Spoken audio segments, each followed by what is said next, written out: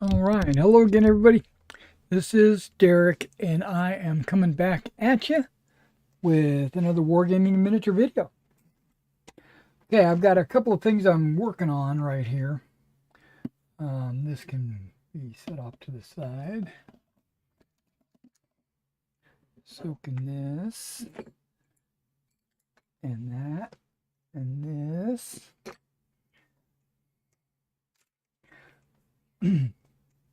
All right, so what you see on here is some 15 millimeter guys.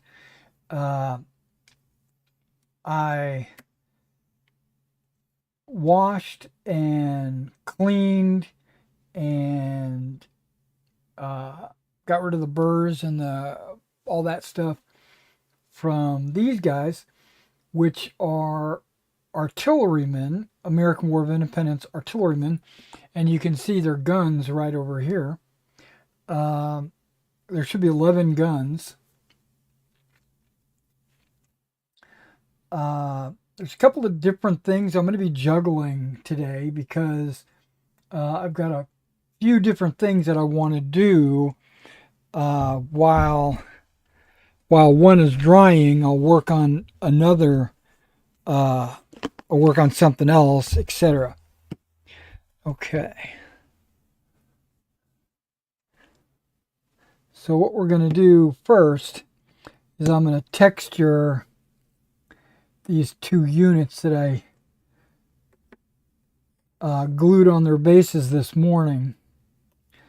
It's mostly dry, almost 100% dry. Almost. Okay, let's switch from my monitor glasses to my painting glasses.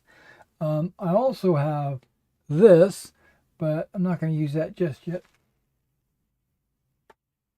Not unless these glasses don't serve me well. So how's everybody doing today? This Monday. My sale is still going on the store. So if you're interested in picking up some figures, remember, if you get 3 items, any 3 items, you get 20% off your entire order. Also, if you order $50 or more, you get free shipping.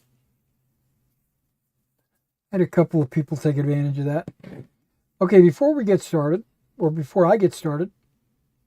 wanted to show this fence I had made. It's not finished, obviously, but I was browsing through YouTube, and I saw this guy making these fences. And it gave me a really good idea to see if I could do it, right? And I think they work really good, but they're probably just a little bit too tall, right? If you're looking at it. If you're looking at it from the front, right, they seem like they're just a little bit too tall. I think what I need to do is take one of these strands off, and I think it'll be the perfect height. So instead of 10, I'm probably going to go with 9.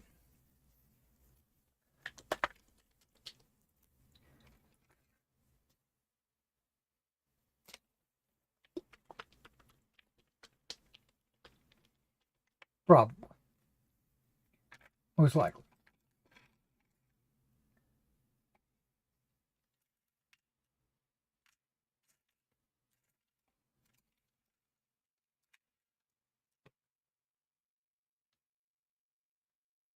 Okay, that would be really good.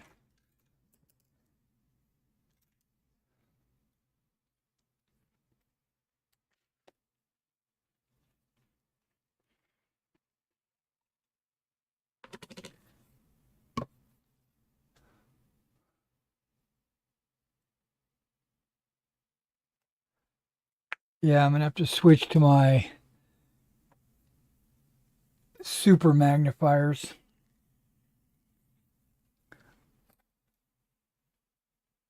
And hopefully none of my lights are blasting you in the face. Okay, so let's talk about well, I started off a little bit with the store, but there's a Kickstarter out there that I think I wish I could get into. Now, I don't know if I have any time left. I haven't checked.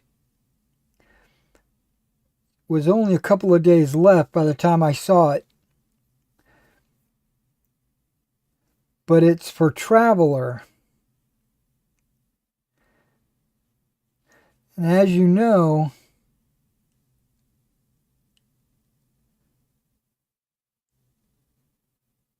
I'm a huge Traveler fanatic.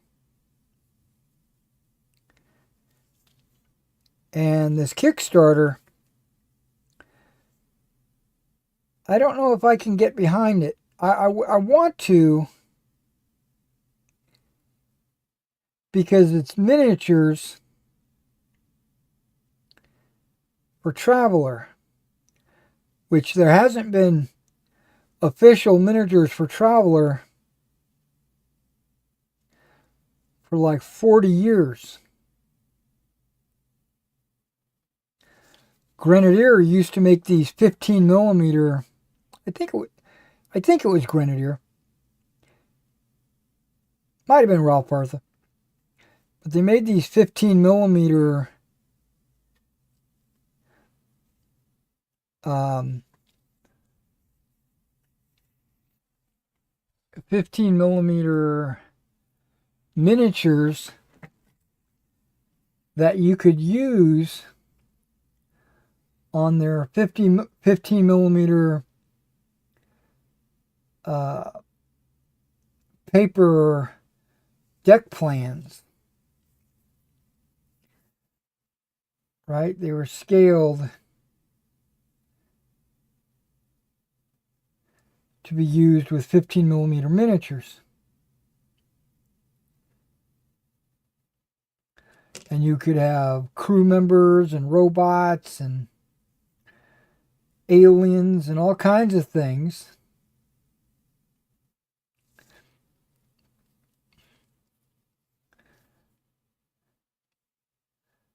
But this Kickstarter,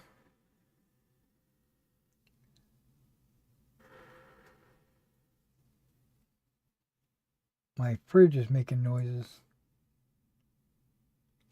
This Kickstarter is 3D printed. So you could have them, if you've got a 3D printer, you could print them off at any scale. And that's the problem because I don't have a 3D printer.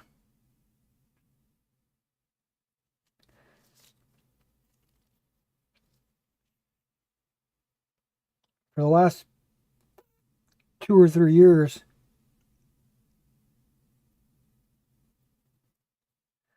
I've been contemplating getting one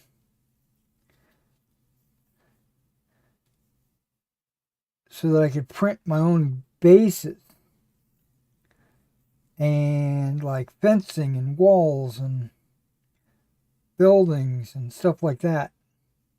Not really figures so much.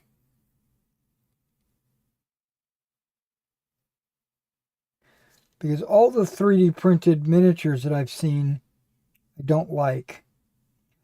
The quality is so bad.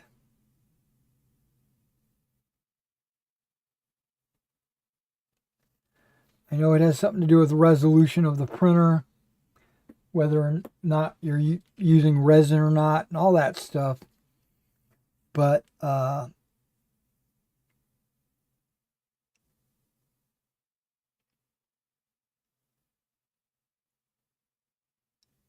My friend has one, and you can see the mold lines, or not the mold lines, but I guess the print lines or whatever you call it, the slices. You could see it. You have to go in and file all that off, or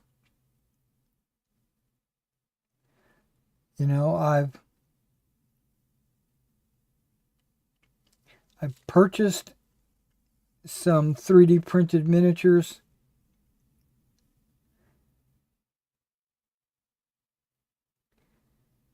I wasn't saving any money by purchasing them. I'm sure the guy or the company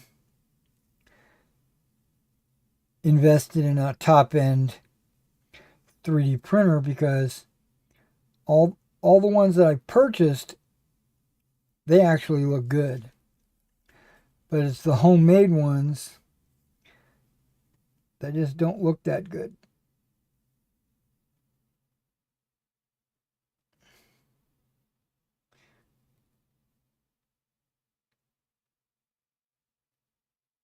Well, this company will print the miniatures for you,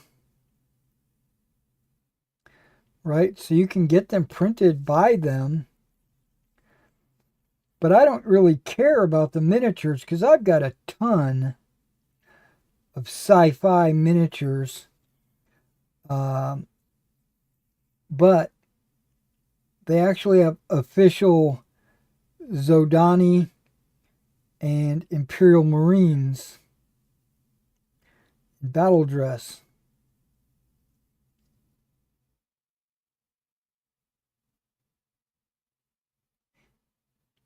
Now I've got some miniatures from, I don't know, the 90s, the 80s. I guess they're the 90s. For a game called Star Grunt. If you can remember that game. I don't know if it's still in production.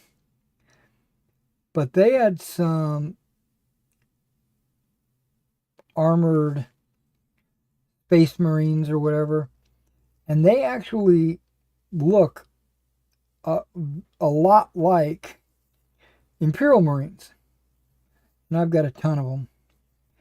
And they're 25 millimeter though.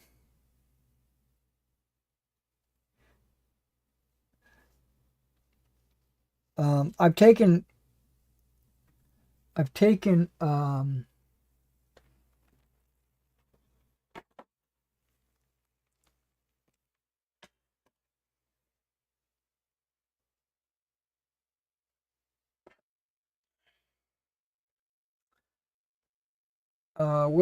what's it called? Paper deck plans, and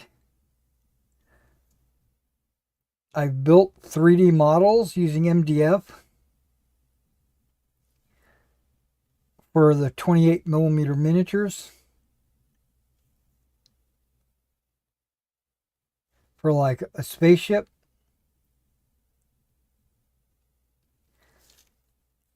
But I found that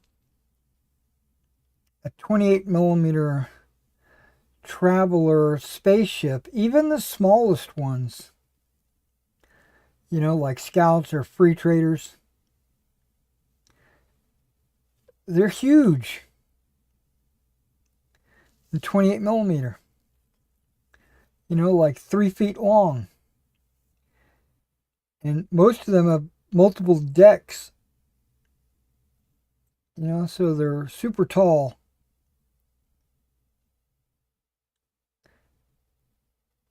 Stuff like that. So I've given up on the 3-dimensional spaceships and just gone back to flat paper deck plans. But in this Kickstarter, they have 3D printed starships, tanks, a bunch of different things. And apparently the starships are multi-part where you can open them up and move your crew around the hallways and the staterooms and the bridge and all that.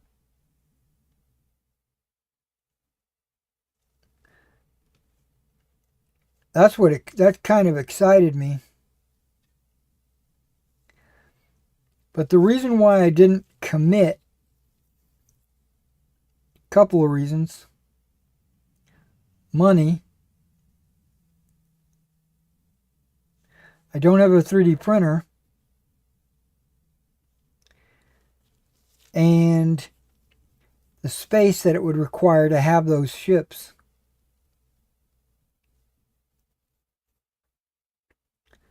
It's just too great.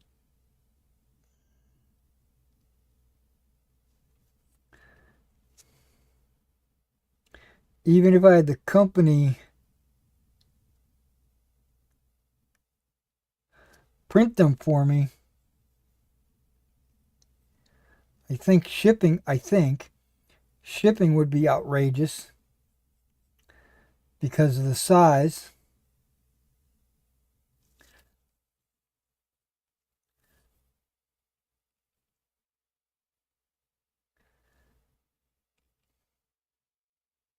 But if they had like Aslan and maybe Varger,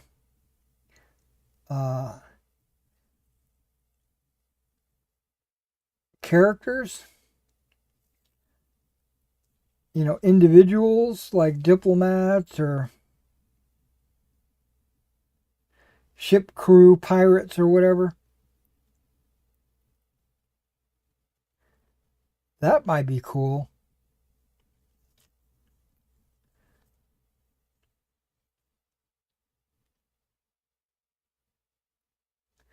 And they're in partnership with Mongoose.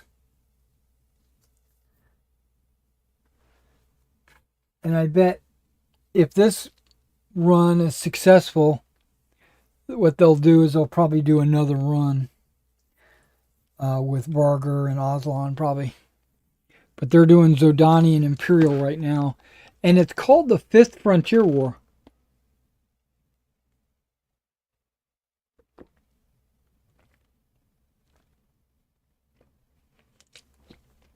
Okay, I went through that bottle. And the Fifth Frontier War is a very specific area between the Empire and the Zodani in the Spinward Marches.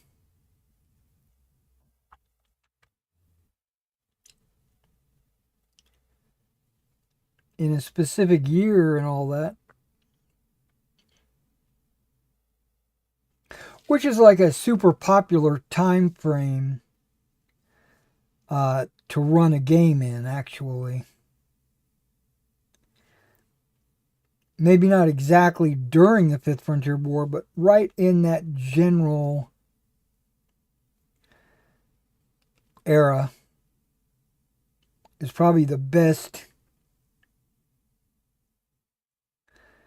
or that's peak traveler, as you would call it. I'm running my game, which is actually on hold.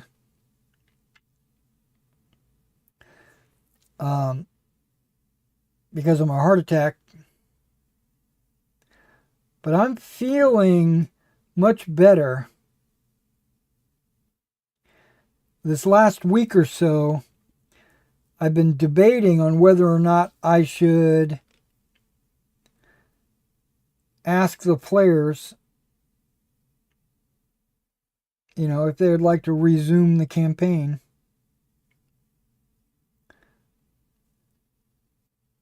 Some of them have probably moved on to other games or whatever. So I'm kind of scared to ask. But I'm going to. I'm going to ask him.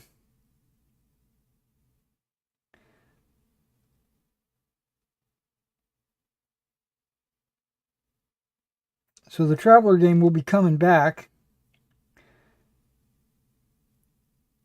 with the same players or new players in a few weeks. I don't know exactly when, though.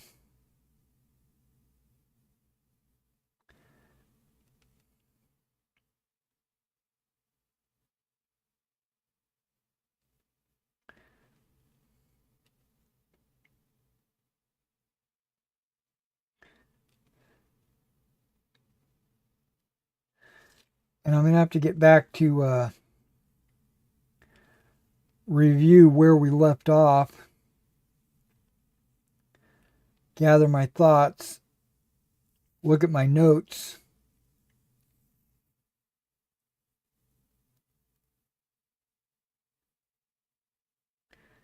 and try to figure out, how we're gonna proceed.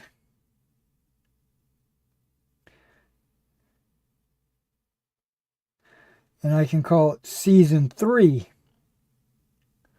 on YouTube.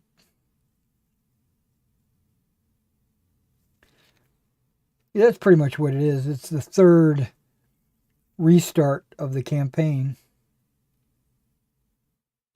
I guess it would be the second restart, because the first time is actually just the start.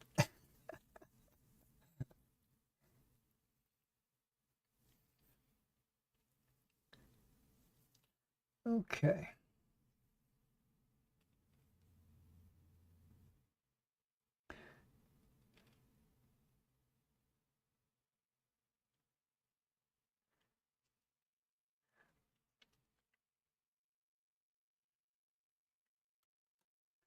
And that fence, whatever I did with it, yeah, that fence right there, it's looking really good. It wasn't hard to put together. It was a little time consuming. But now that I know what my materials are that I need and how many and how long and all that, it'll go a lot faster. Because that first one was kind of an experiment. Like, what materials am I going to use? How long does the cords need to be? How tall do the posts need to be?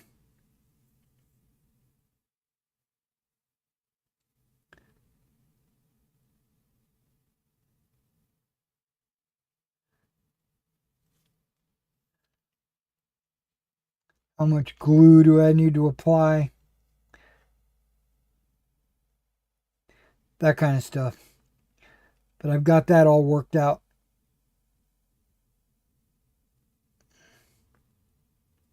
So what I think I might do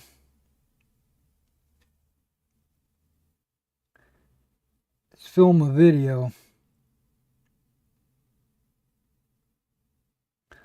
on how to do it. And if I want to do a start to finish video,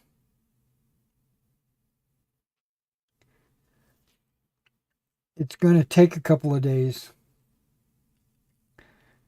because of dry times.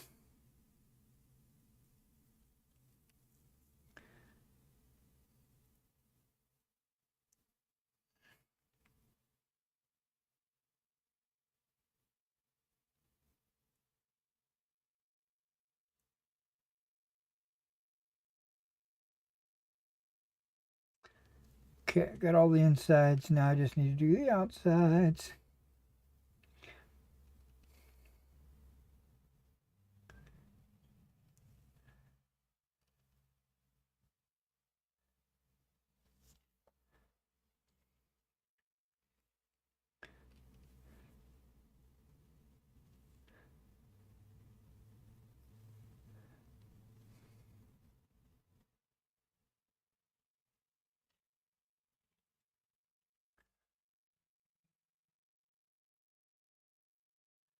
So I'm working on a commission for a customer, some French. They are, or I thought they were, finished. I had applied a wash. I had applied the dull coat, protective coat on them already. And then once everything dried, I was not happy with the way the wash, darkened up their pants. So after I do this, I'm going to pull them down from my box right there. And I'm going to apply a whitewash on their pants to kind of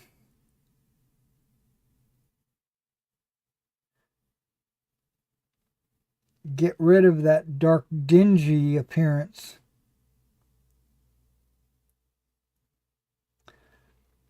They don't look bad, they just don't look right, if that makes sense.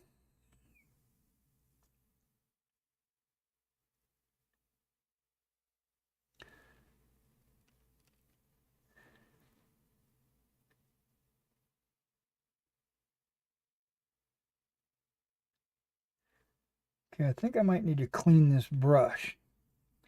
Losing its point with the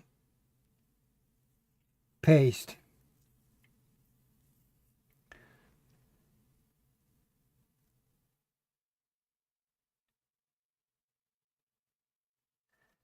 It'll only hold its point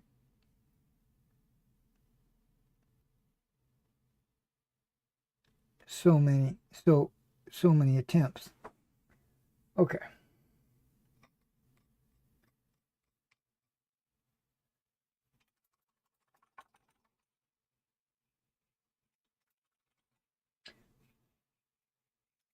Now this brush that I'm using comes out of a set of 100 brushes for like $6 or something like that.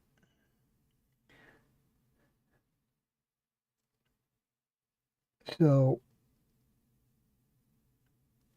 I could just throw the brush away and pull out another one. It's all, it's almost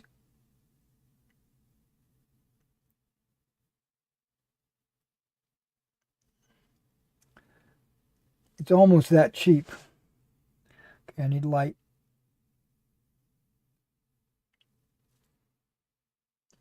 I got light on like 4 different directions on these models.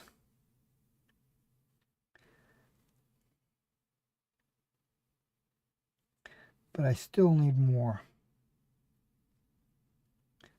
Okay, that worked. That was perfect. All right, that's all the inside. Oh, this is the last one too. Okay, so let me just do the outside. This is not European mud. I considered it, but this is the brown that I've been using for years.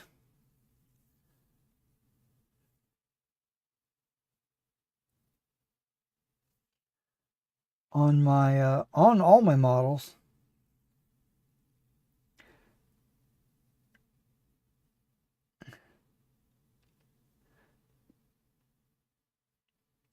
And I found that this is a good shade of brown to go with my grass. I use a spring meadow static grass, and I try to leave gaps in the grass so you can see the mud underneath. And this is a good combination.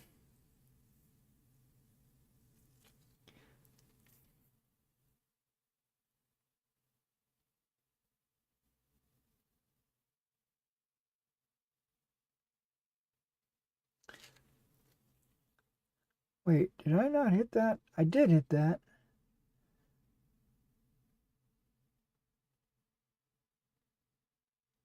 Just doesn't look like I hit it. Too smooth. Okay, that's good.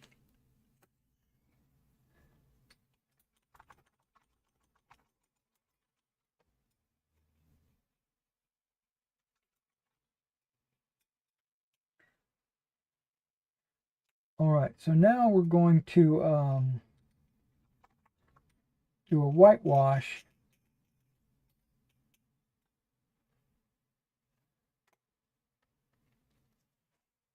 on my commission.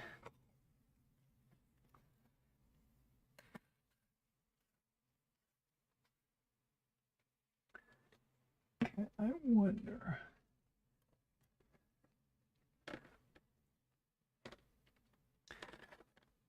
Now these are more guns than I need for Freeman's Farm, right? The American Continental Starter Army came with 6 guns, and the British Old Glory British pack comes with 3 guns, and then I ordered from Blue Moon a 3-pound grasshopper gun. That's a grasshopper. There's another grasshopper there. It comes with 2 in the pack. So those are all the guns. Now, I'm not going to use all of these.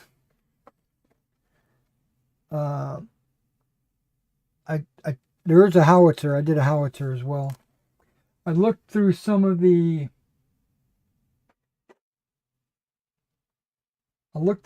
scenarios to try to determine, like what kind of guns I was going to need and how many Hessian guns and et cetera, et cetera.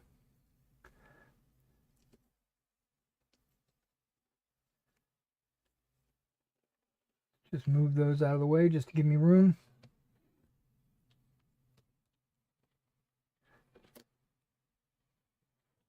These are the ones that the wash got their pants really dark. AK, nope, not AK.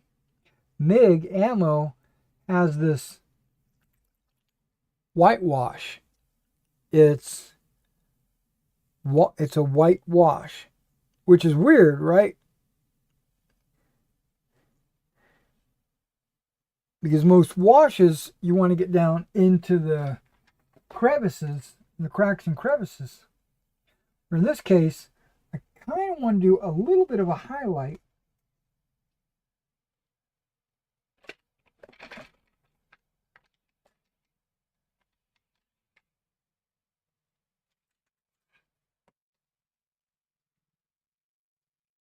That should work.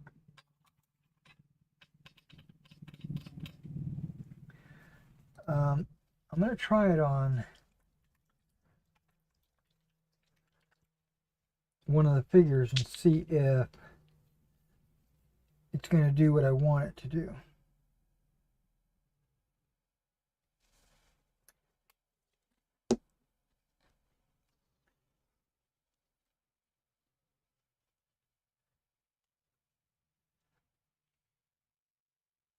I think it will.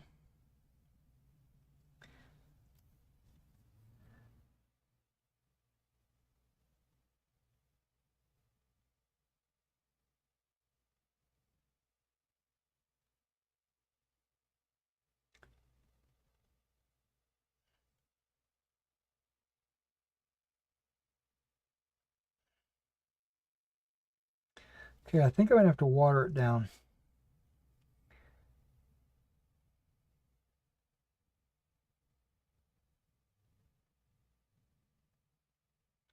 It's covering so good. It's too good, actually.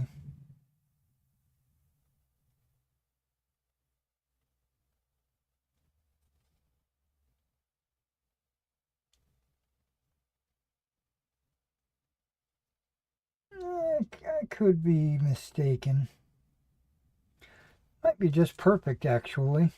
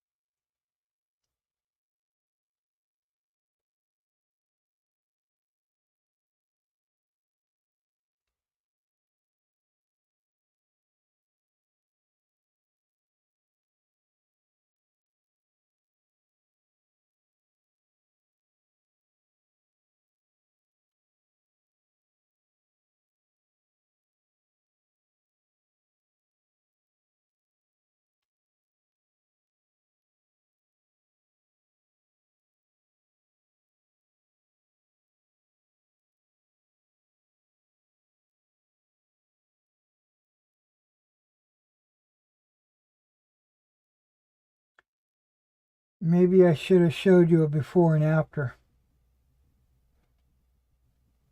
to let you see exactly what I'm talking about.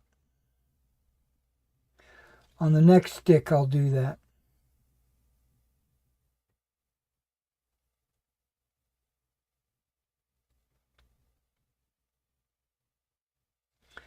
So my wife has gone back to work.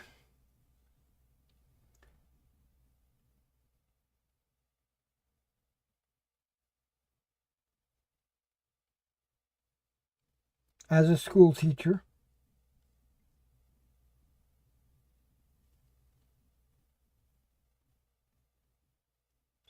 Now, she was out of work for a long time, and that was because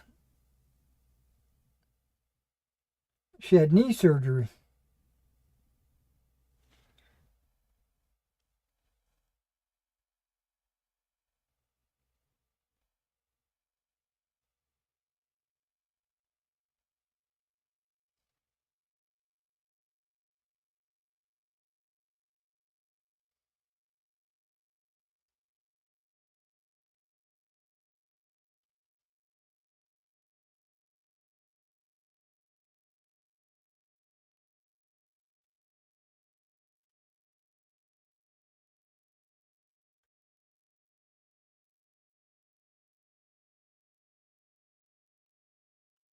And she's able to drive now and walk, I guess without a cane. I still use a cane because every now and then a dizzy spell will come across me.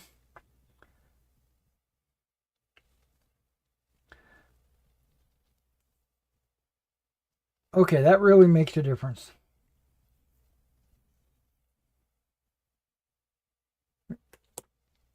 Yeah. I'm going to ship these off. Well, it's too late to, well, yeah, it's too late to ship today. By the time I get these, well, I was going to show you. Okay, let's do this guy. Okay, I don't know if you can see, the focus might be way out. I can't tell with these glasses that I'm wearing. But you can kind of see how dingy these things are, right? A little dirty.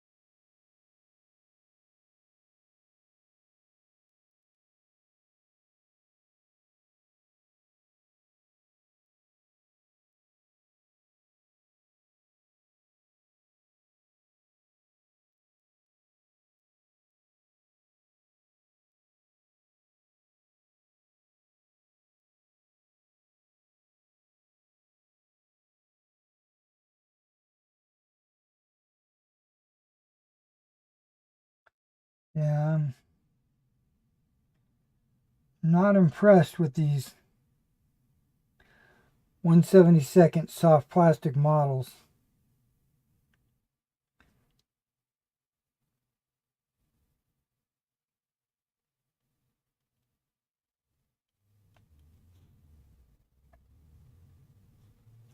So once I get these guys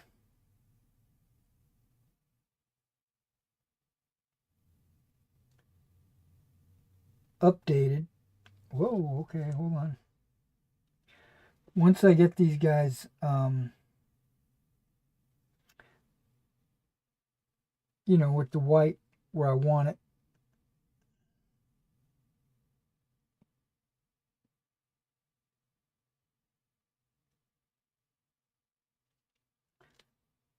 I will do a what have I done video.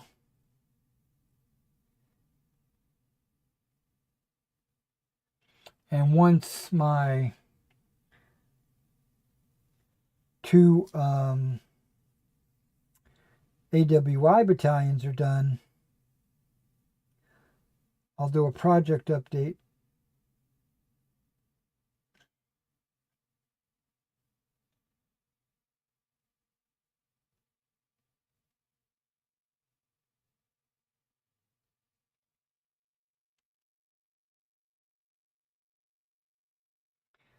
And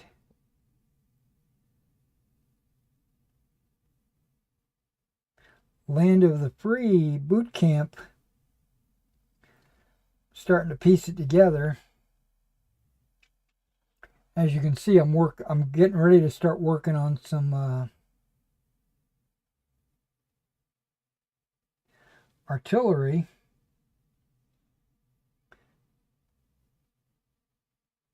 And that's really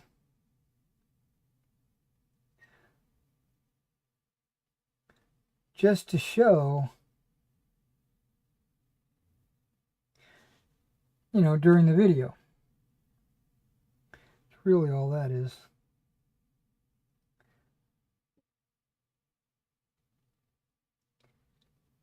Oh.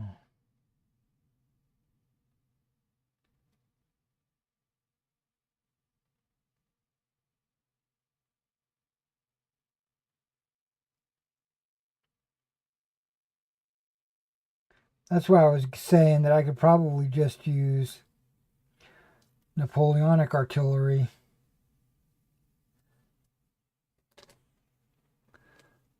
Okay, after. See, I think that looks a lot better.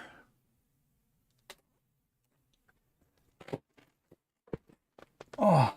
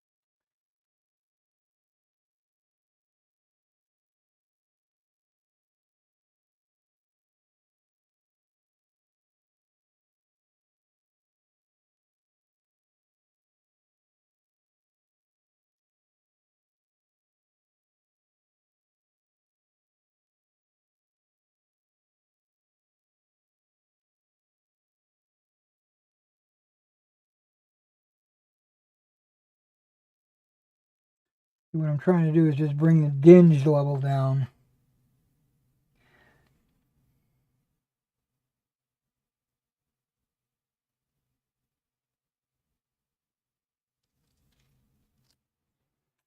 I could have used a light tone.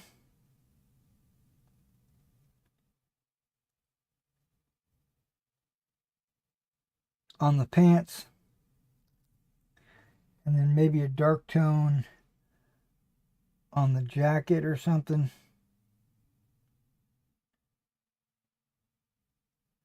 But I wound up just using dark tone on everything.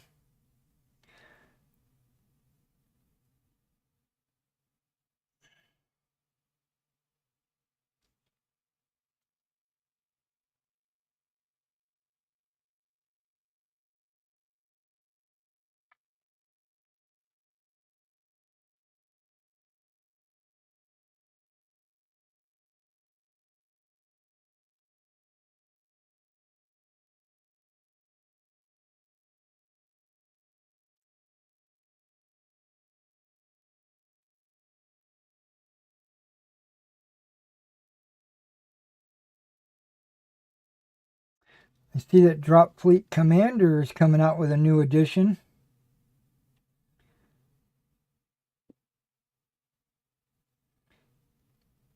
Maybe this week.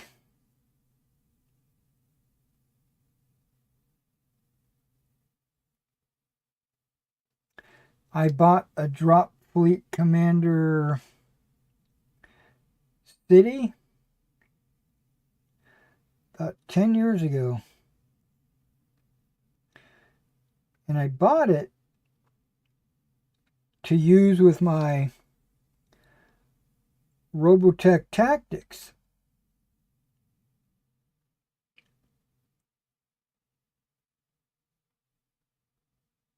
I played like 3 games of Robotech Tactics and put it all away.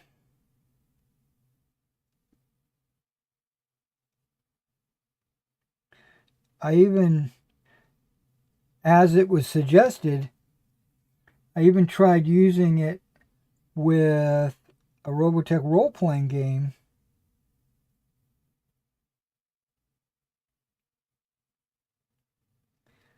which unfortunately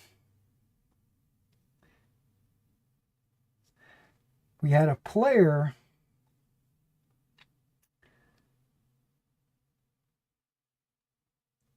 that is obnoxious and out of control. And I don't think he realizes that he ruined the game.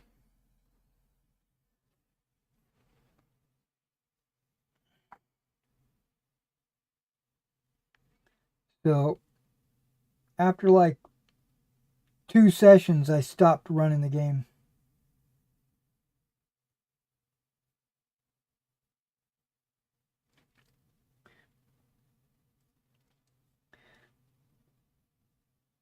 I wouldn't say he's a good friend of mine, but he is a friend of mine.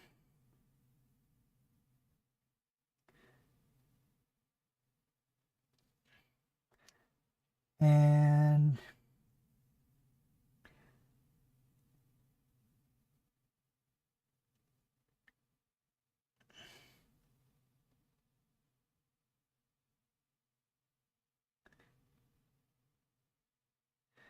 you ever play with somebody that in any game that just clowns around constantly, nonstop, even when the situation's supposed to be serious?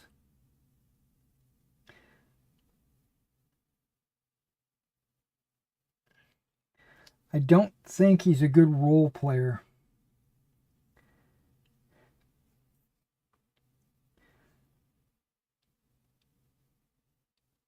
Because that wasn't his character, that was him.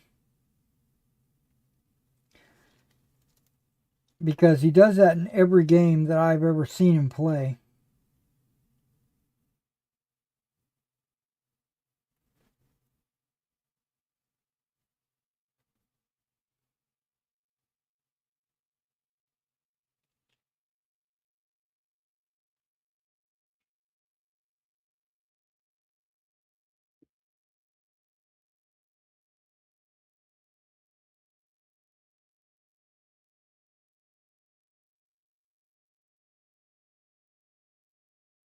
Whoa, my hand slipped. Damn.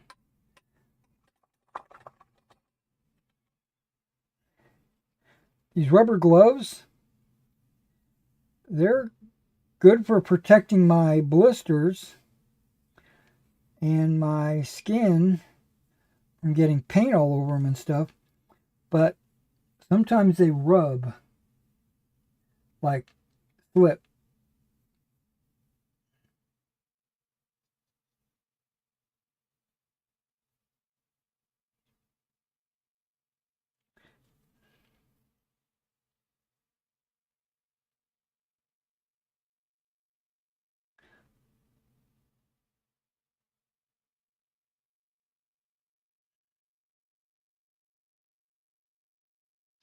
Wow. These turnbacks don't even look like they were painted. I know they were. They just look gray.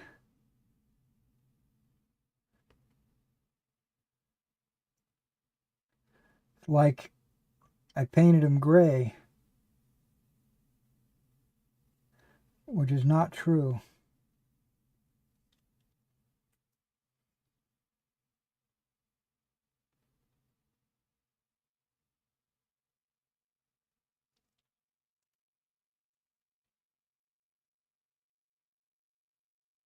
I'm not going to say that wash ruined these models.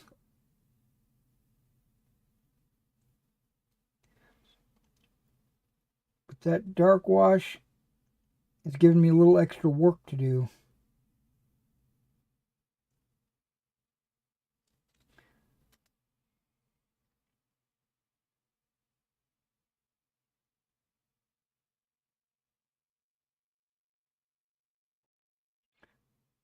So the two units that I just finished in my AWI,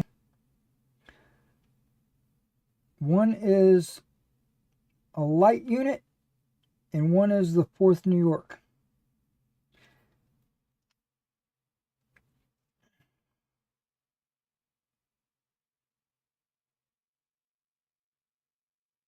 So I'm going to use that light unit as Dearborn's light.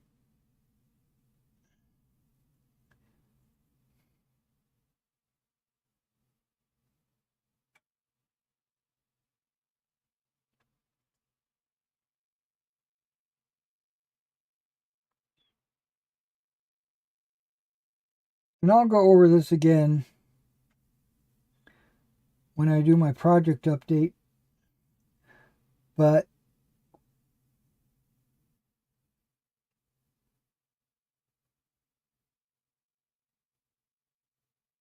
Dearborn's light infantry, my understanding, because I wasn't there, is that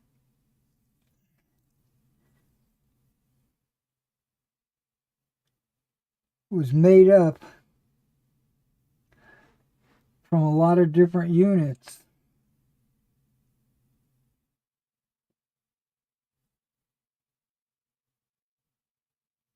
Just like the British.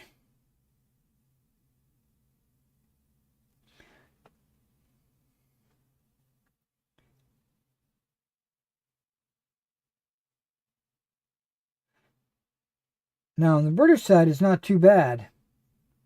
Or it's not too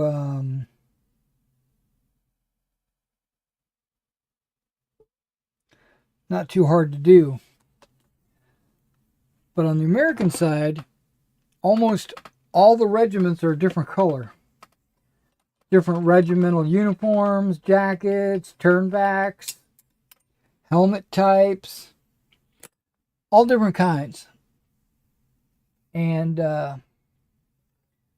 so technically, Dearborn's unit should probably be a mix of a whole bunch of different unit types and stuff like that. Technically.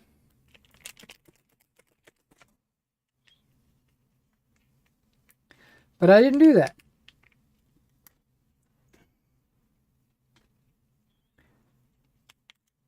I painted them all the same. Well, not all, because there's a couple of them with hunting shirts.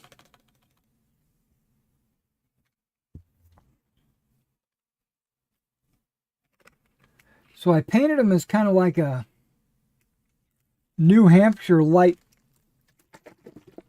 infantry.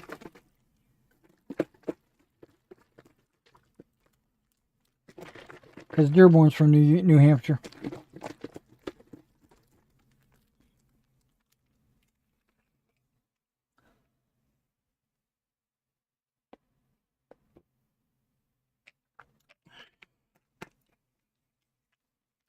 Like a sugar-free um,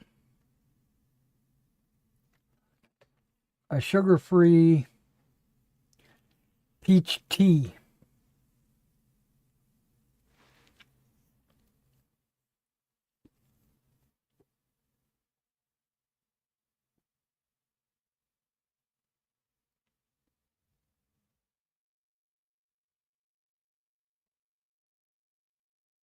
Yeah, I think I was mentioning that I am not a fan of these 1/72nd scale plastic Napoleonic figures.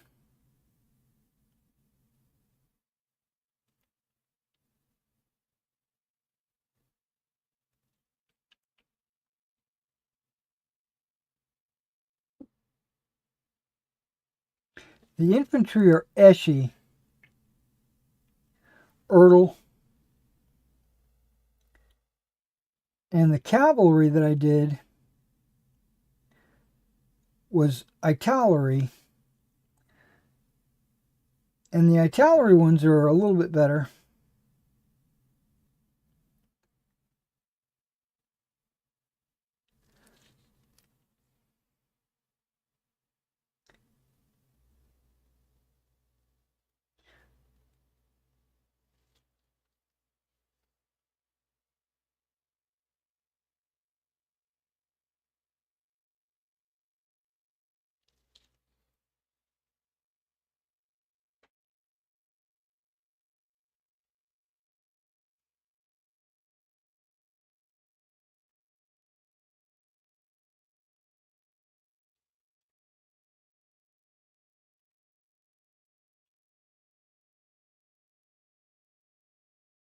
And when I do a what have I done,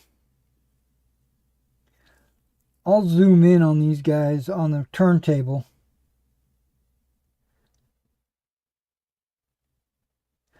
So you'll get a better look at them.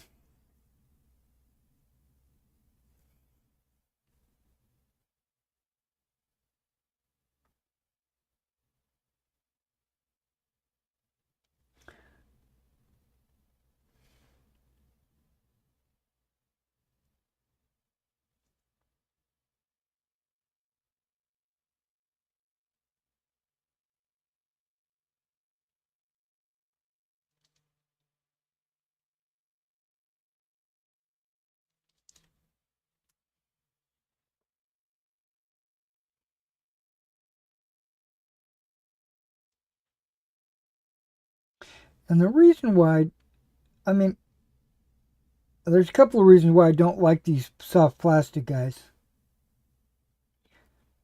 Okay, they've got a ton of mold lines.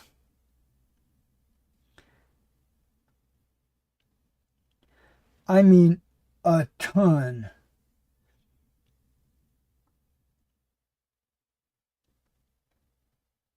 And when I go in to clear out the mold lines, either cut or scrape,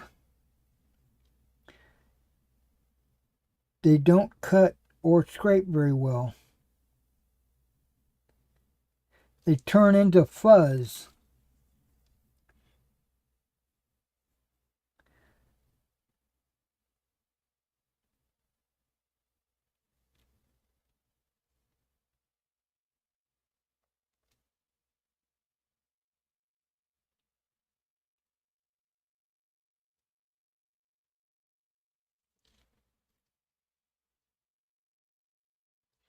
So it's almost like it's not worth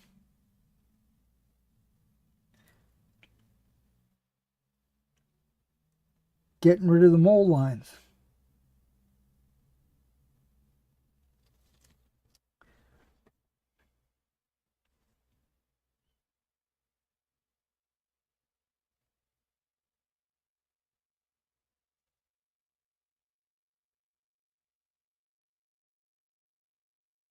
Almost.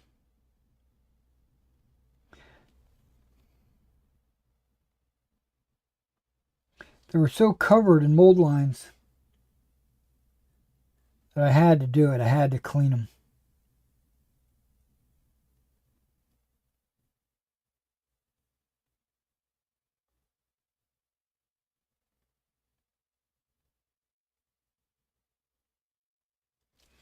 But I did my best.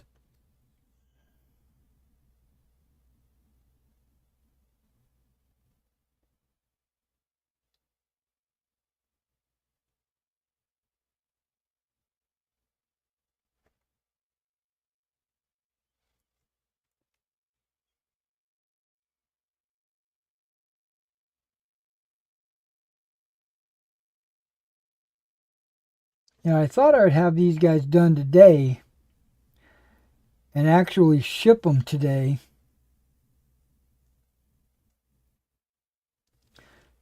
You should have seen me this weekend. I was really working on these hot and heavy to get them done. I was like, man, I really got to get these done. I want to get them out.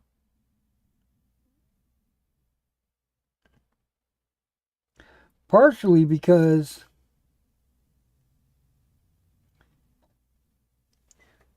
first of all, I want to get rid of all my commissions.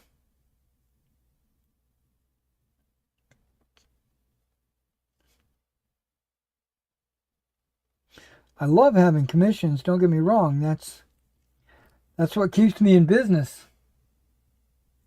It's what keeps the lights on.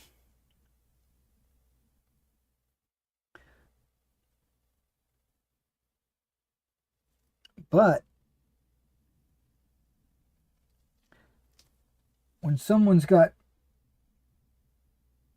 figures they're waiting for, I want to get them to them as fast as possible. That's why I like to do my commissions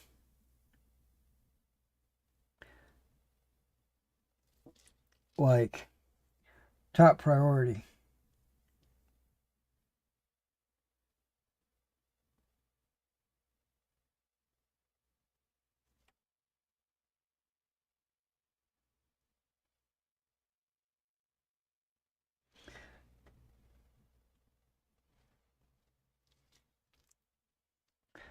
So his last part of this commission is the Prussians.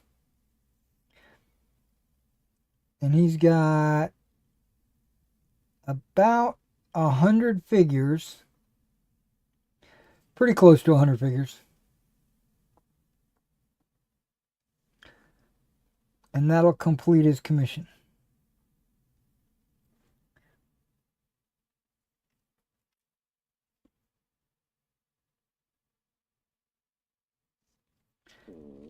Now, I've done other figures for him in 15 millimeter, I think.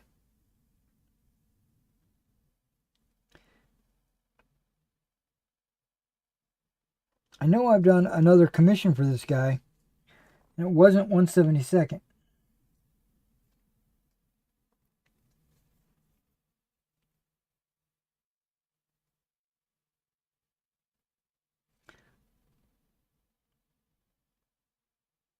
Okay, this brush is starting to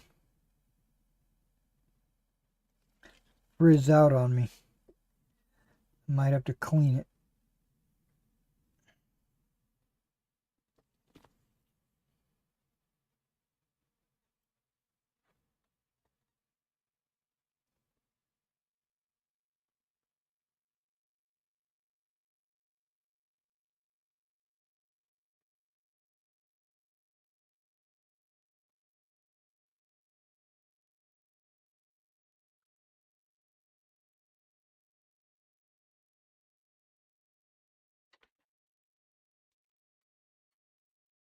Hey, how's work? Like super slow today. Oh, really? Yeah. Mondays are normally like one of the slowest days, and then it's also like the weather. Yeah,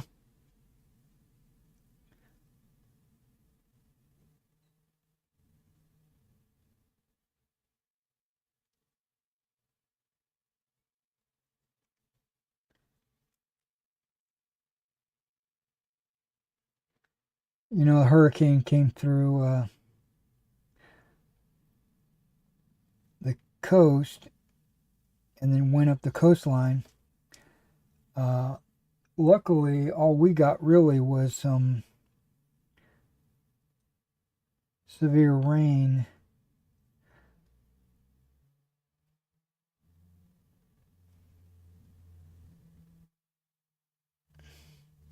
Cross my fingers we didn't have any power outages or anything like that. Not like North Carolina and all that.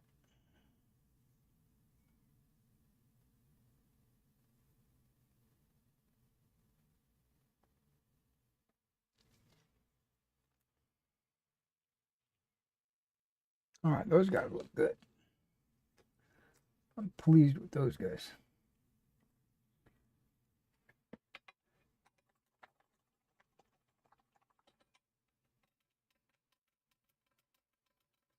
So once I get these whites done, I think what I'll do is I'll put some flock on those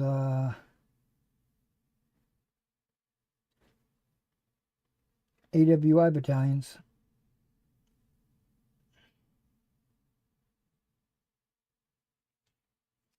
So I went through all my figures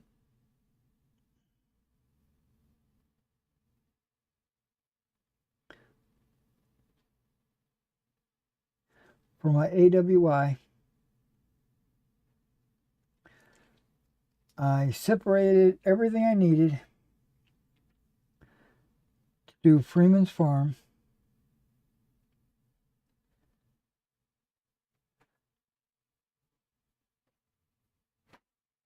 I put them in their little Ziploc bags.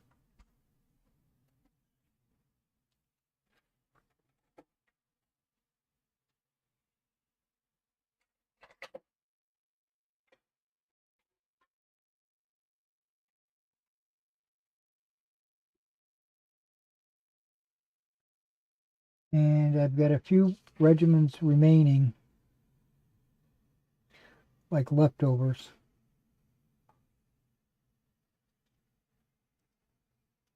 Oh, look at that. There's this guy. I didn't even do a. Well, I did a strap, but it's so thin you can barely see it.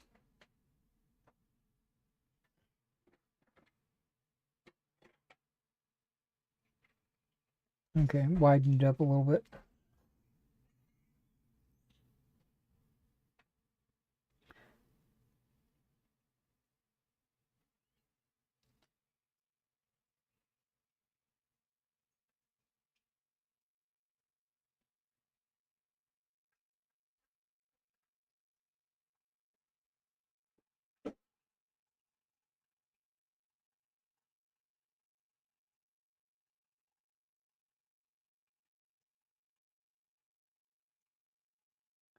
So I went to film some IL-2 um, flying circus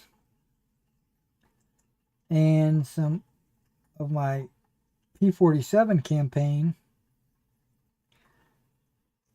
I flew a couple of missions from each.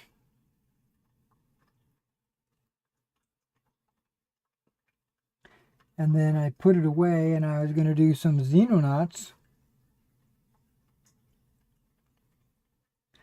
And before I started the Xenonauts, I noticed it wasn't recording my voice.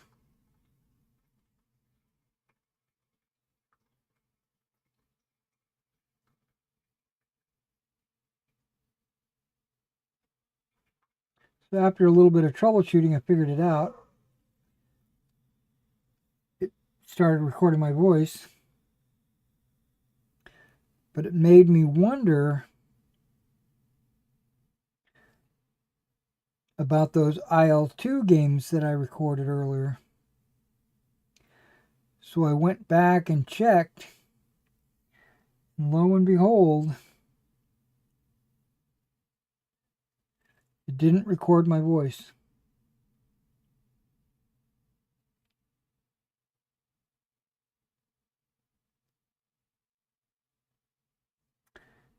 So, being frustrated, I just deleted those.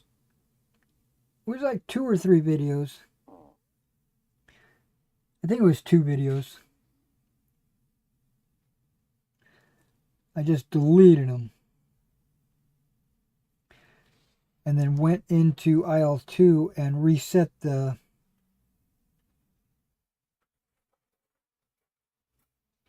missions that I had recorded earlier.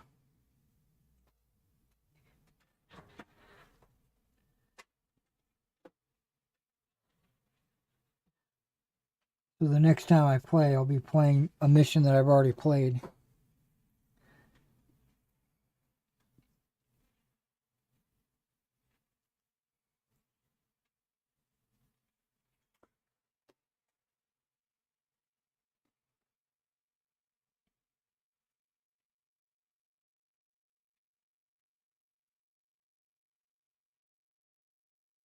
Oh, you got a letter. I put it right there in the above the key rings.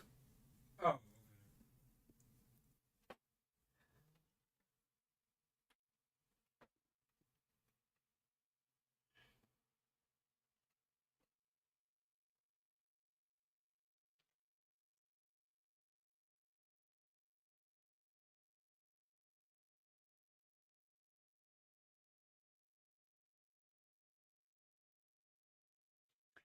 Yeah, that's not from today's mail because I haven't checked today's mail yet.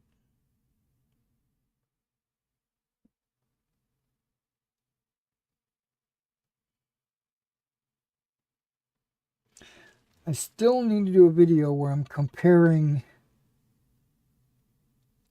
Blue Moon, Old Glory, Stone Mountain.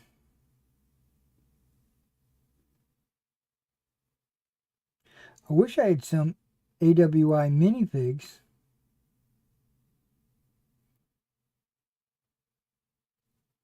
I've got some Napoleonic minifigs.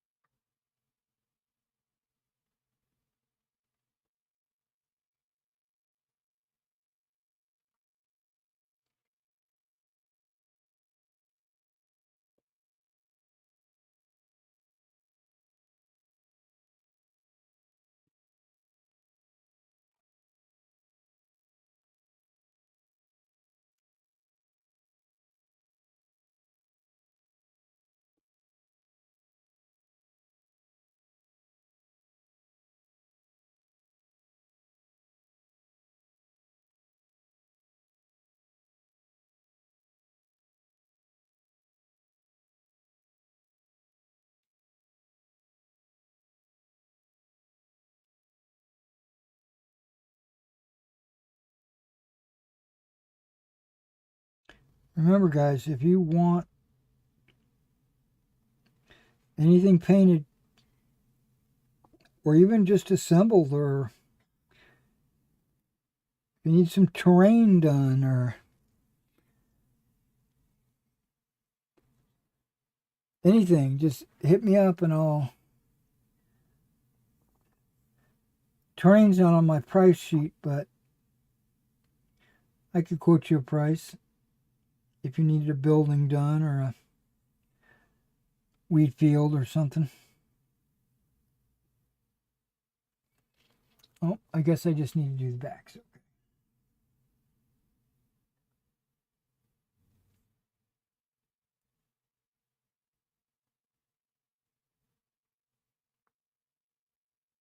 So after this Prussian commission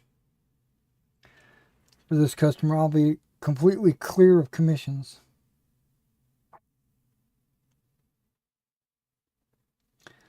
I'm sitting back because my neck is starting to hurt. As you can see how I'm kind of bent over and leaning forward with my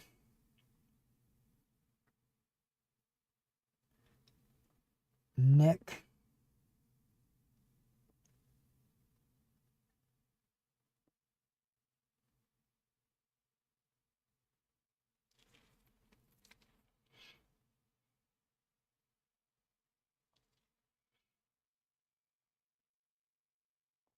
So I'm up to season 3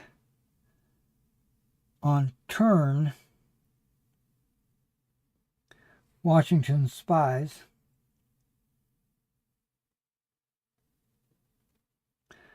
Um, Now I watched it when it first came out, like 10 years ago.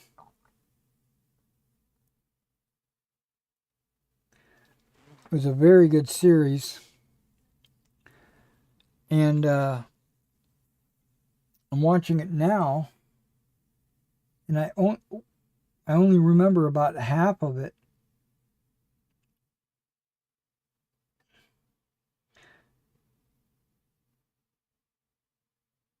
I remember the overall story, right? But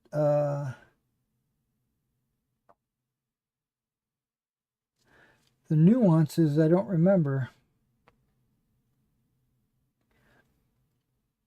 which is kind of a good thing because it's like I'm watching it for the first time all over again.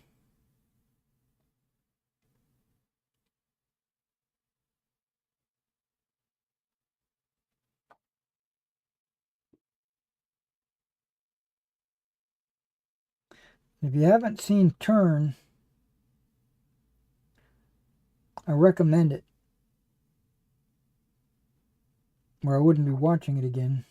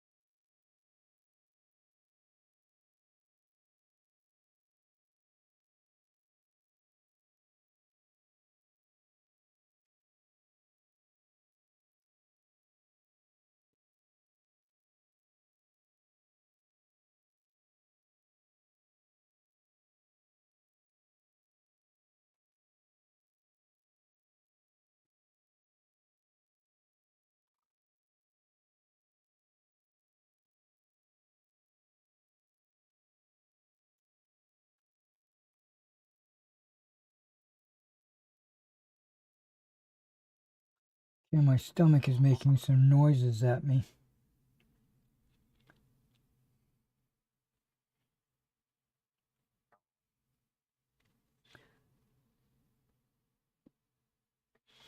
I don't know if you can hear it, but my stomach's going. Rah, rah, rah, rah, rah, rah, rah.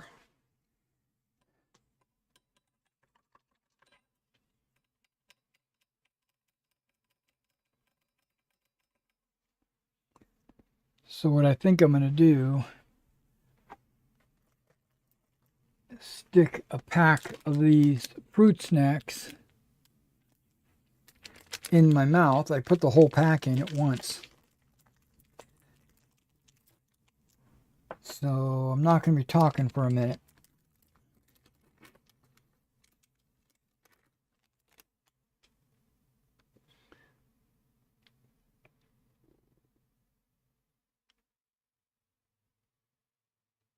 Dietary fiber, nice. Vitamin D.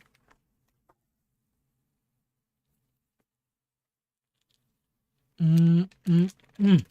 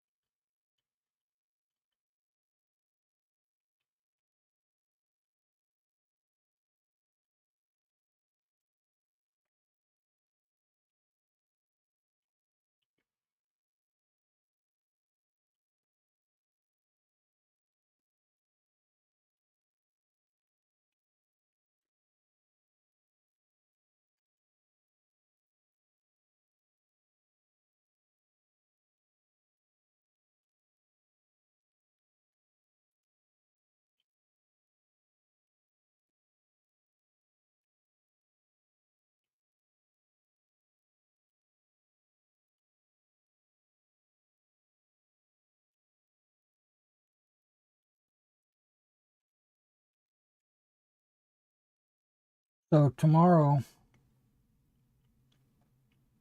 is that the first of the month?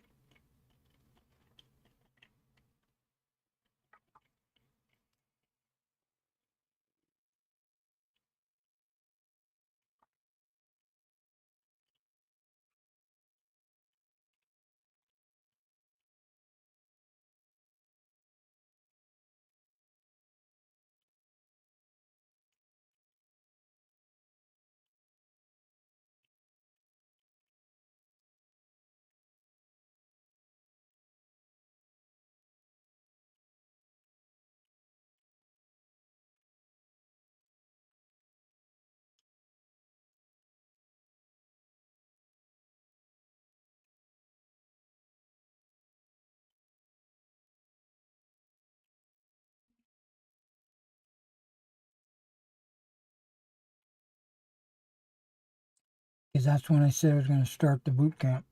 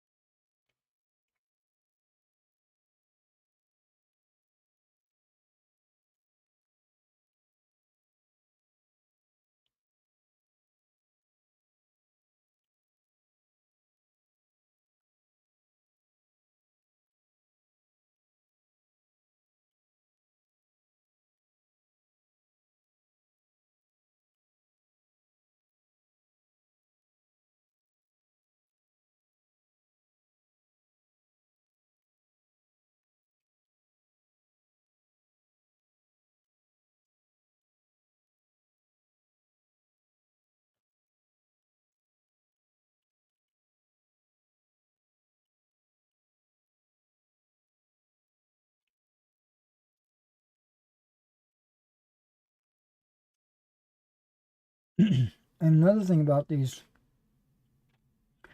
figures, they're labeled as water Waterloo.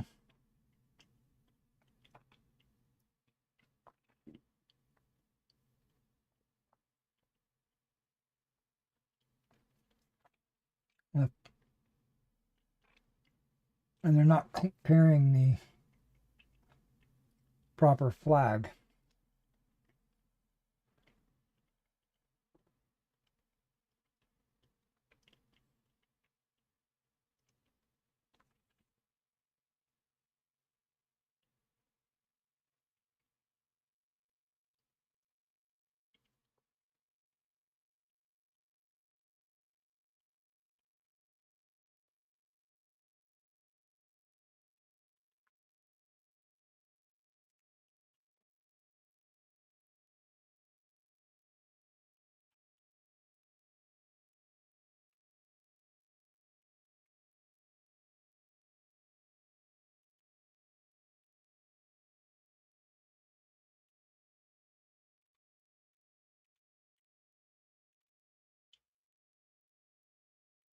I don't think they wore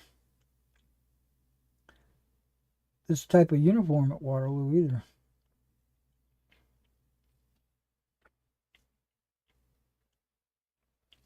I could be mistaken.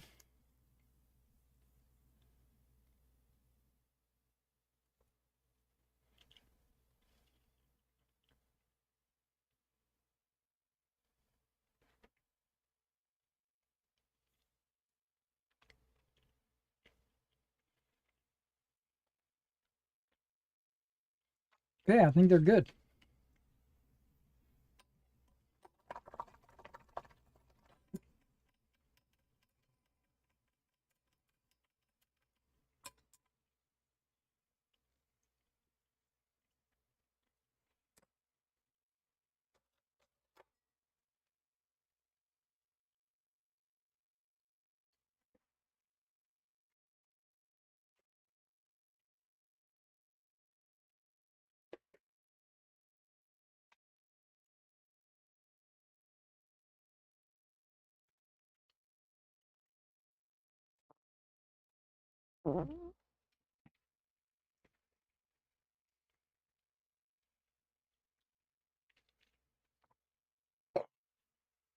Still have those fruit things in my mouth.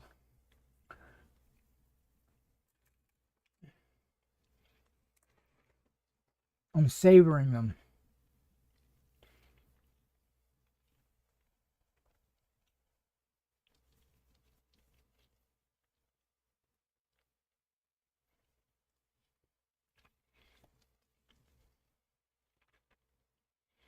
I'll touch up the flag.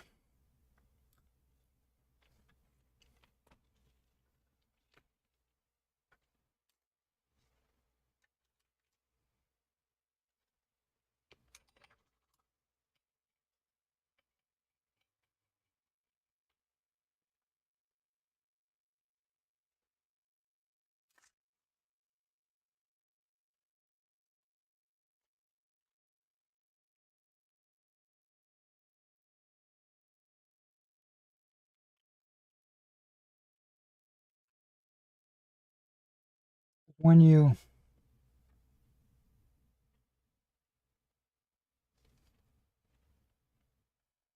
Am I not getting any paint? There we go.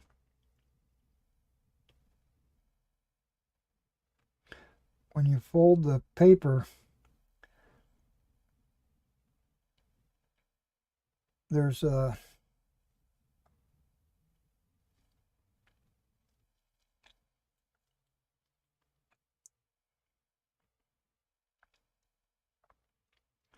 white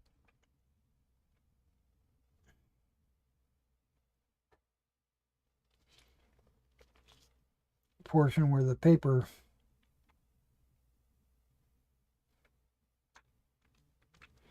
overlaps.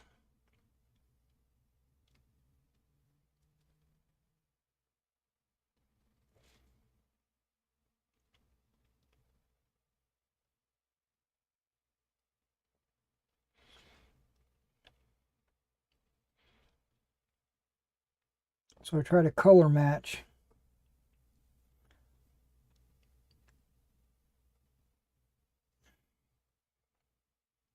Paint the seam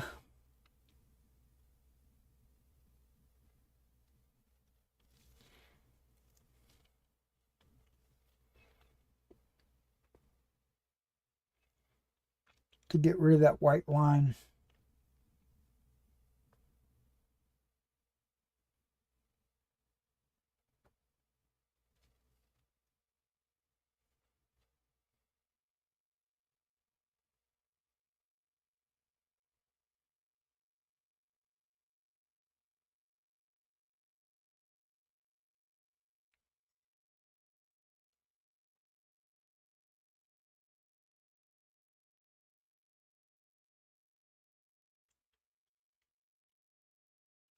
Okay.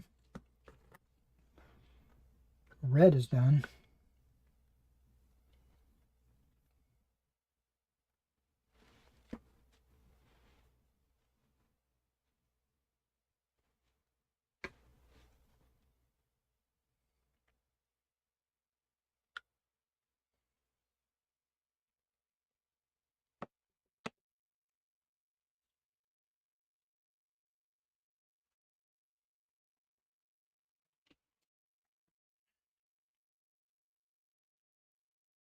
Okay, I know I've got a dark blue over here somewhere.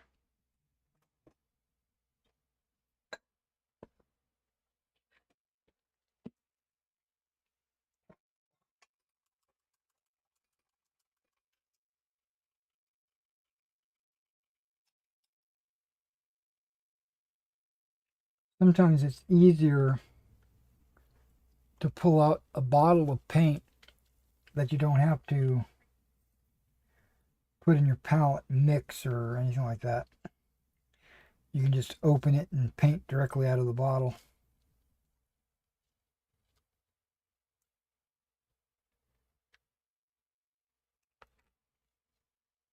Especially on small projects like the flag.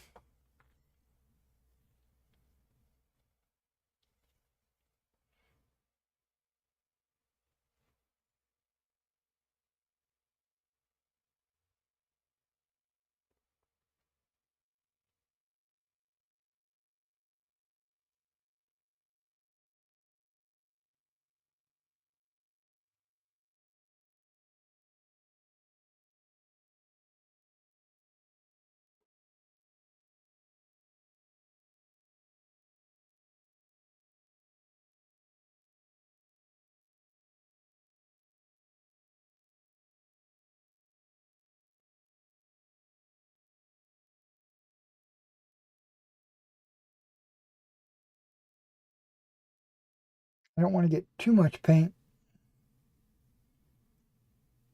because I don't want it to hit the stars.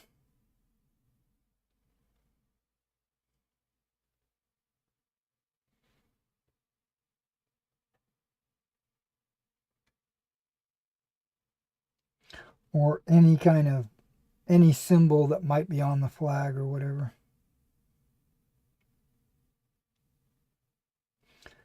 Depending on the flag.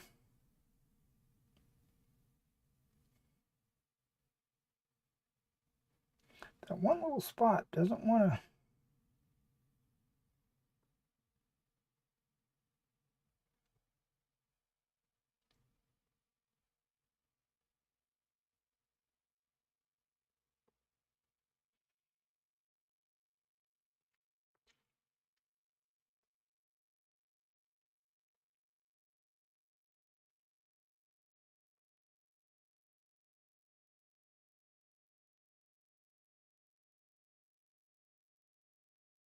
Okay.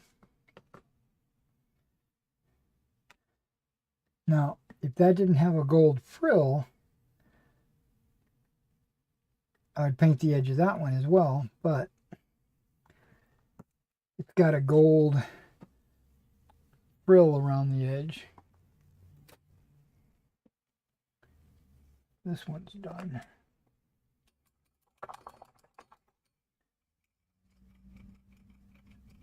And the only...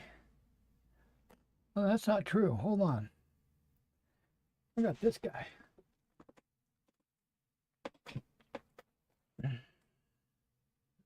Yep. Let's go around the edge with this. This is brass from Model Master. I don't use Model Masters. Whoa, okay.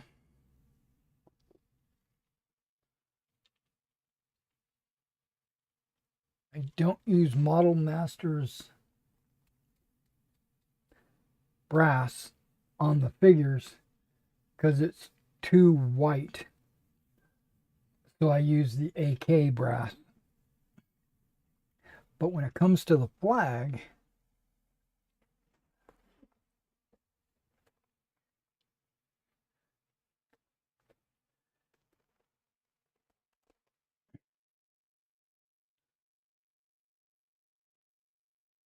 it doesn't want to open.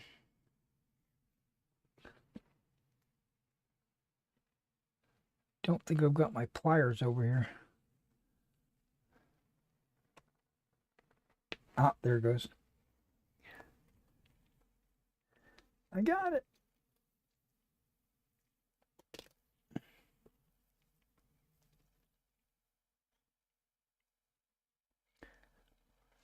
Look at that.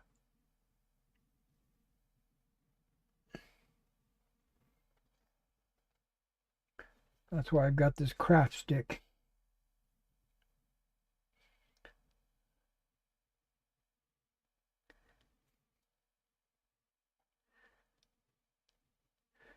And that is one reason why I store all my paint upside down. So the pigment and the pressure of the liquid pushes against the top of the bottle, preventing air from getting inside the paint and drying it out.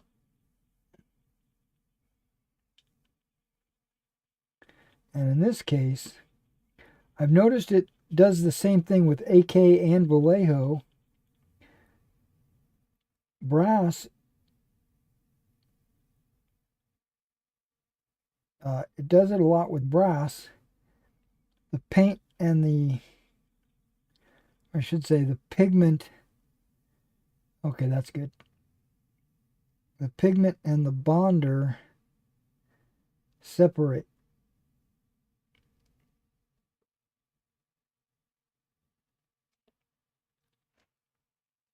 quite a bit.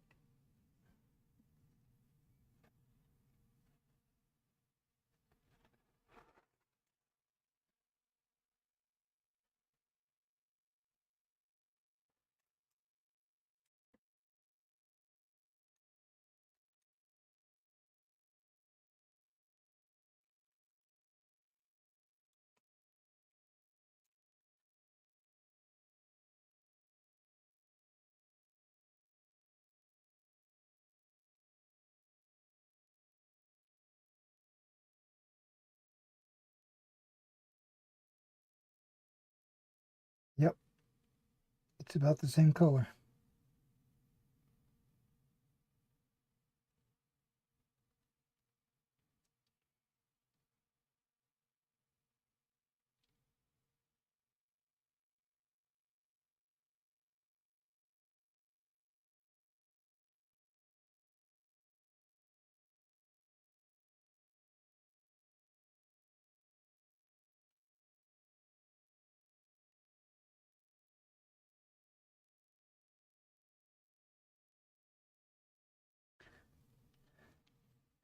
And these New York flags are giant.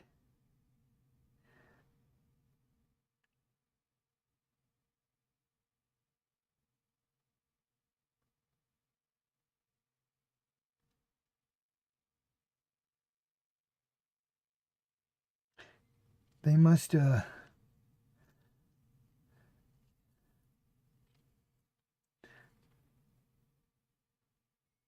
a different size flag than the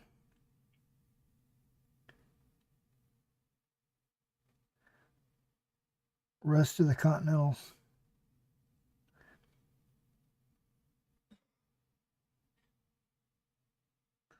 It's more in line with like a British flag, which is also giant.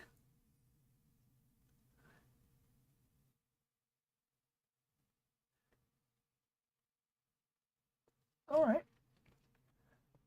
That was painless.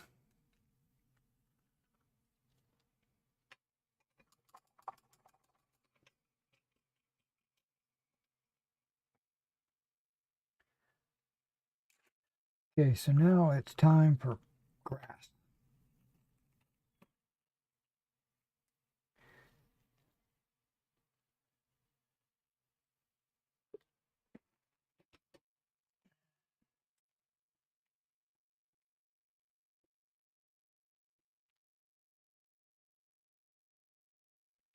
What did I do with it?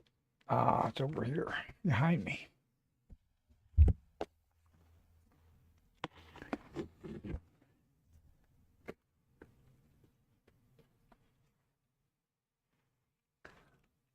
Okay.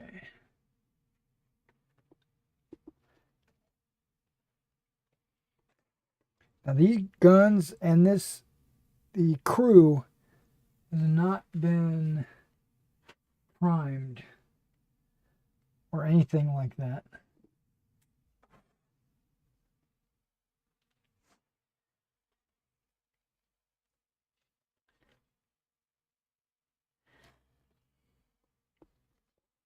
And this customer doesn't want me basing figures. He just wants them loose. He's going to base them himself. Plus, I don't know if you can see in there, but there's a bunch of cavalry, dragoons. There's like 17. They came out like really good. Okay. Mucho goodo.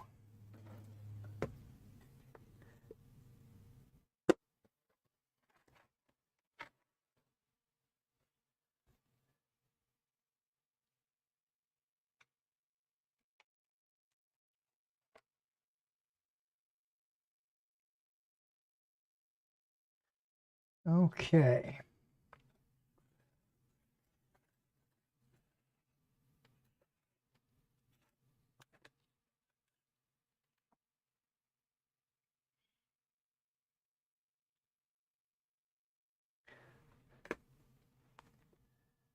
That's white. That's not Elmer's.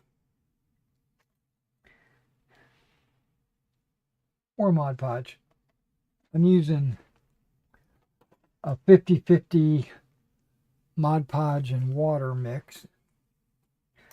But what I found is I don't think I put enough water in this mix. So what I do is I'll mix up some water in my palette with the 50-50.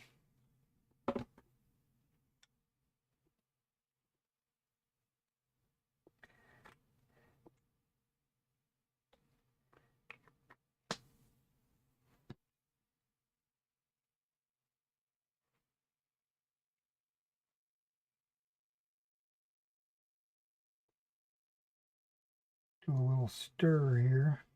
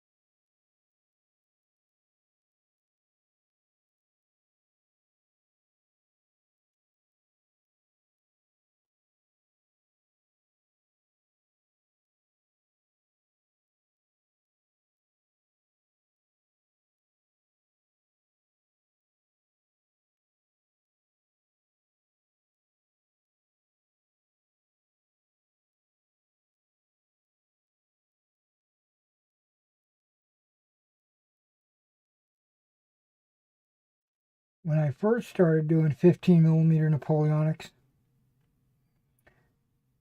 I would spread the omers like this using a toothpick.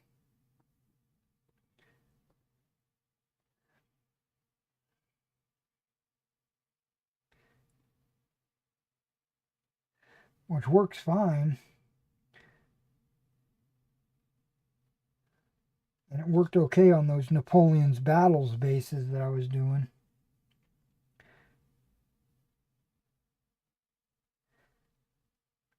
I've come a long way.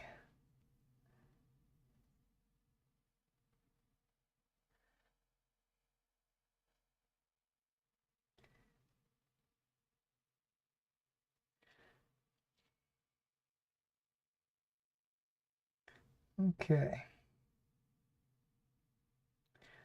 So now I'm just soaking where the omers is located, or Mod Podge. Just making it a little bit thicker than what it was.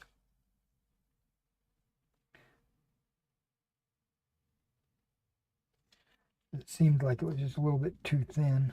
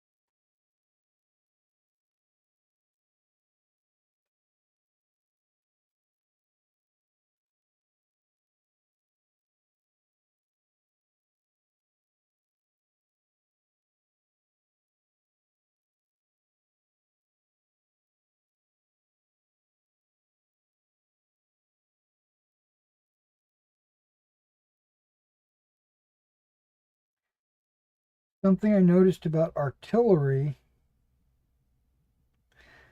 which is different than the cavalry and the infantry, when it comes to basing,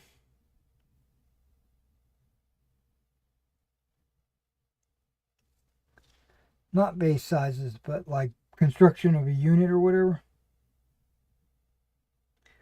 That's what I'm talking about.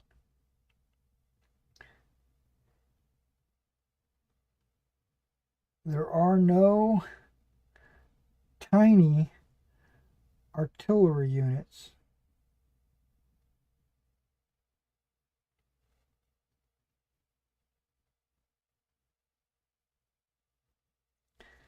There are small, medium, and large.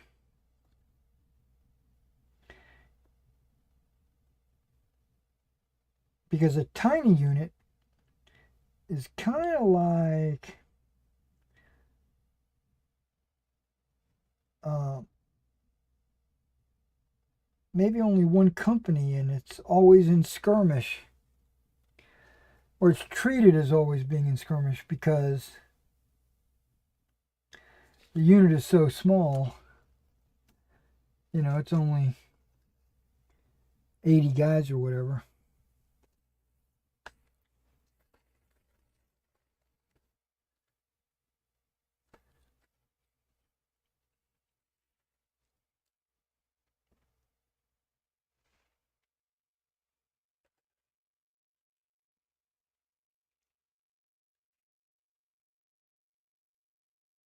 But artillery doesn't have tiny units.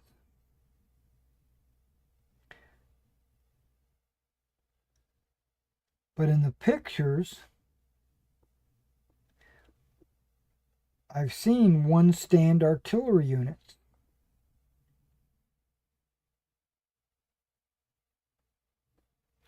So what I am thinking, and maybe this is what I'm going to do, well, I guarantee this is what I'm going to do, is make one gun a small artillery unit, two guns medium, and three guns large. Which is a little different than the infantry, because infantry is one stand is tiny.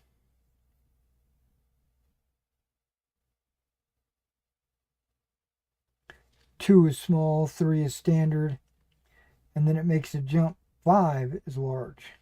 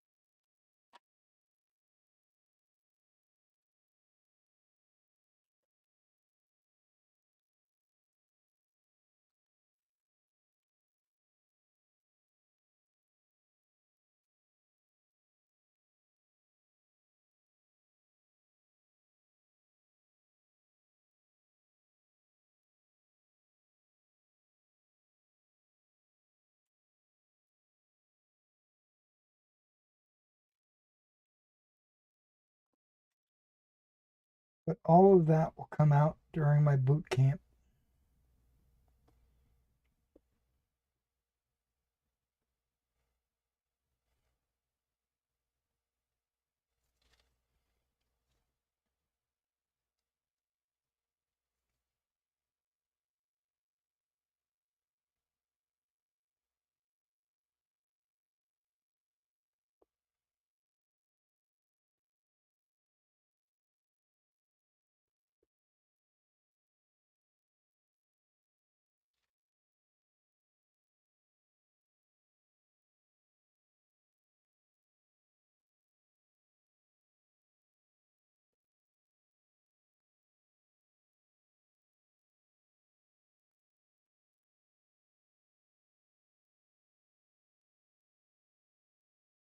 Okay, my stomach is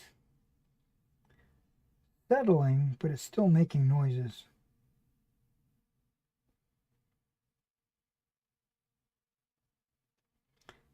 Maybe I need a lunch.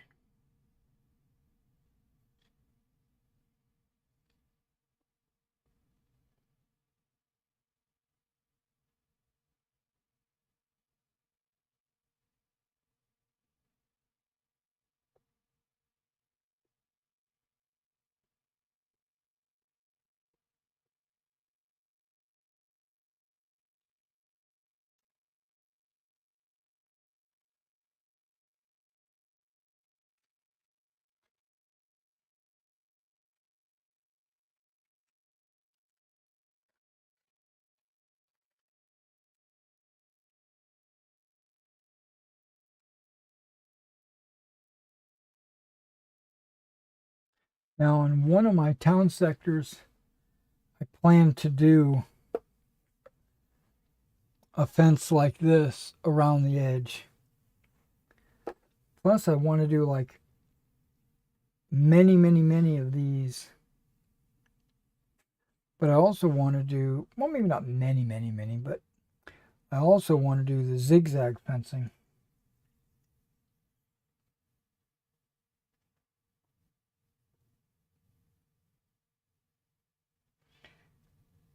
That might be in an upcoming Wargaming Weekly.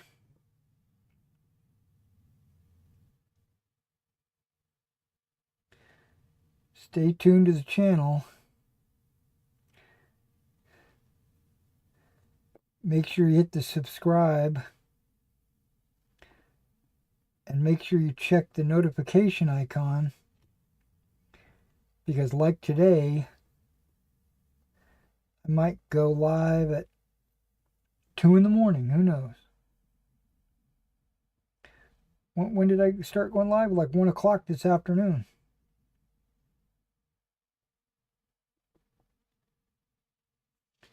Central Time.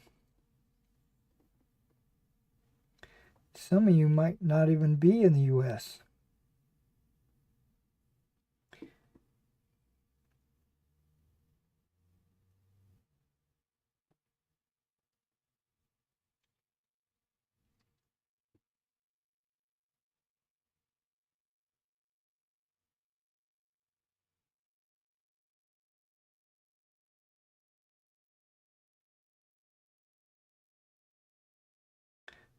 I know everybody's excited for Bolt Action 3rd Edition. Yeah, it's a change, but it's not a drastic change.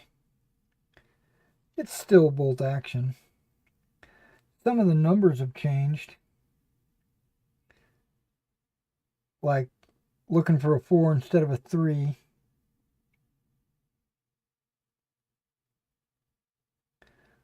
Or I've noticed that the officers don't have like a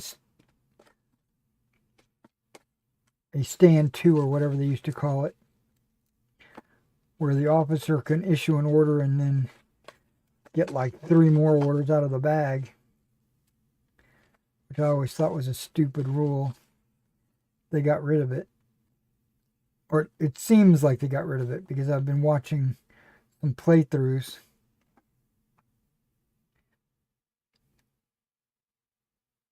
I could be wrong.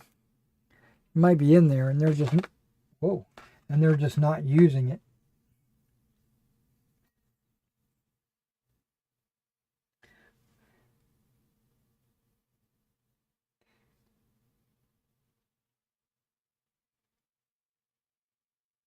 I like the officer granting morale bonuses. I think that is more appropriate.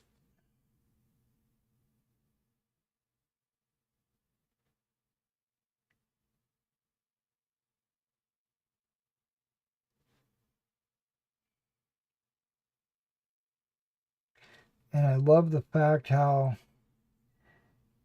the army lists are a little bit different now.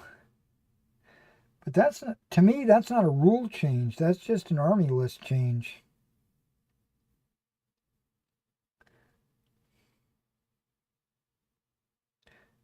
I'm sure point values and stuff like that have changed. But again, that's not, to me, that's not a rule change. But when I get my hands on a copy of 3rd edition, I'll go through it and I'll try to figure out what the differences are between 2nd and 3rd. I did a video like that when Hail Caesar, nope, when Black Powder went from 1st to 2nd edition. I did a what's the difference?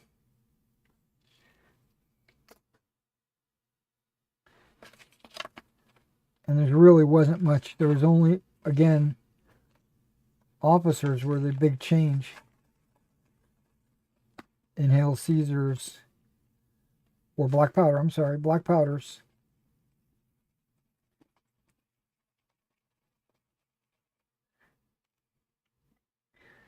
And I understand that Warlord is putting a lot of effort into Conflict 47,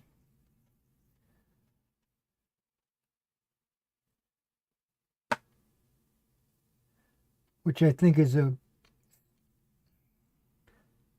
bonehead move.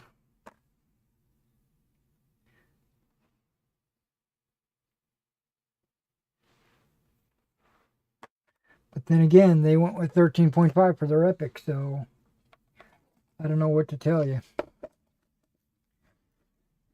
They're stupid. Let's just say that.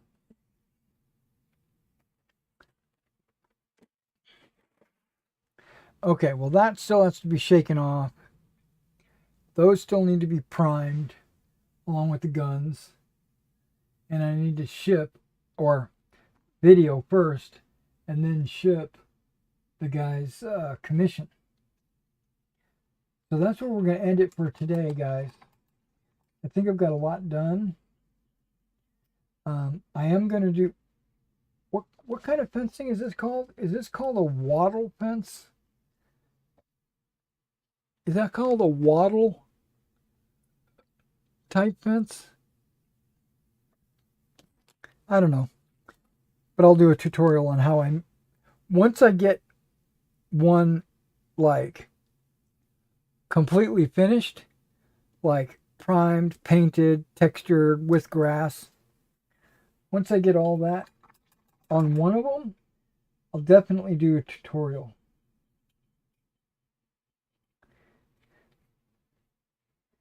And I might do it like I did my trays, where I took a bunch of trays and I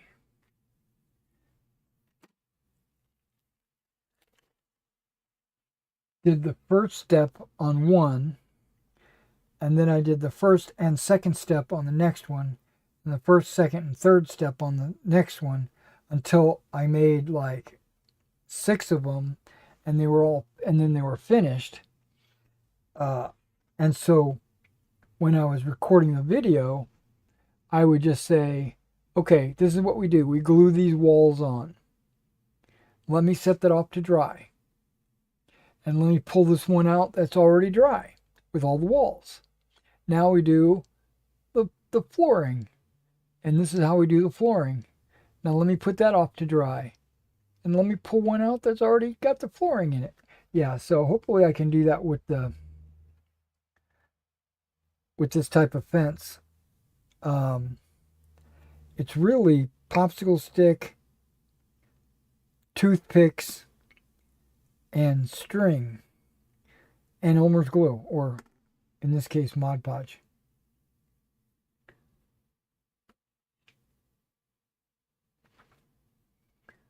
All right, what's going on with my eyes?